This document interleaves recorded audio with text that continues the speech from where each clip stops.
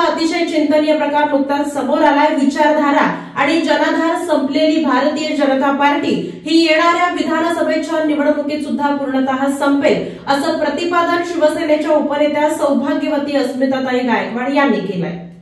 Bharatiya Janata party विचारधारा आणि जनाधार संपलेला पक्ष म्हणून पुढे येतोय। नुकत्याच झालेल्या लोकसभेच्या निवडणुकीत सोलापूर जिल्ह्यासह राज्यभरात भाजपाचा सुपडा साफ झालाय। भाजपनं नैतिकता गमावली आहे। जनतेच्या प्रश्नापासून ते दूर गेले, जाती धर्मामध्ये भांडणं उभी करून राष्ट्रीय ऐक्यते बिघडवण्याचं काम करतात।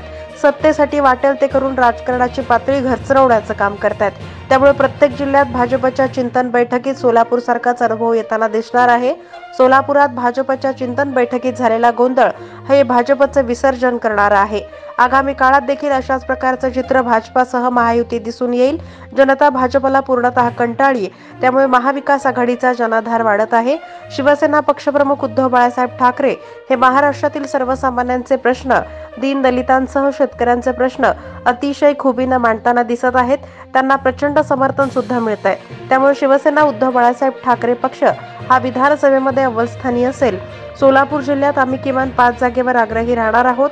राज्यात महाविकास आघाडीचाच मुख्यमंत्री होईल, असा विश्वास शिवसेनेच्या उपनेत्या अस्मिता गायकवाड यांनी व्यक्त केलाय।